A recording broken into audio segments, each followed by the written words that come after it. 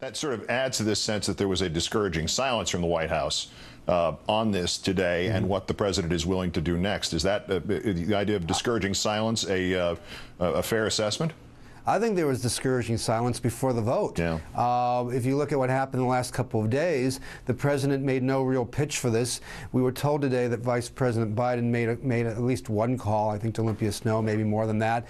And compare that to what Lady Gaga was doing. I mean, she was up in Maine. She was doing political organizing. She was putting pressure on, at the grassroots level on the senators who were, holding things up, the two Maine senators, Olympia Snowe and Susan Collins. So the White House, really didn't throw much behind it.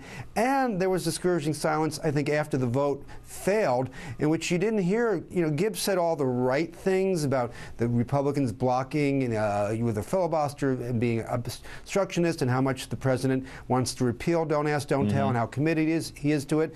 But there wasn't much, I don't know, call it anger or passion in the way he was describing it. It didn't seem like a #1 priority. Yeah, and I think I would exempt. I thought Carl Levin expressed it. He's not a table pounder, but he got angry within his context, I thought. And as you said, one of the major leaders of our society today, Lady Gaga, certainly did her part. But it does raise this larger issue. When the Republicans held Congress in the first 6 years of the Bush presidency, anything that got in the way of getting what they wanted attached to this particular bill and other supplementals, in particular for Iraq, immediately resulted in this chorus of blood-curdling screams that the Democrats were putting our troops in the field at risk, even a moment's delay, blah, blah, blah, blah, blah. And we heard Chairman Levin's frustration there, but why aren't more Democrats not, it doesn't need to be an echo of that Republican thing of the early 2000s was a borderline insanity. Basically, there's no parallel whatsoever.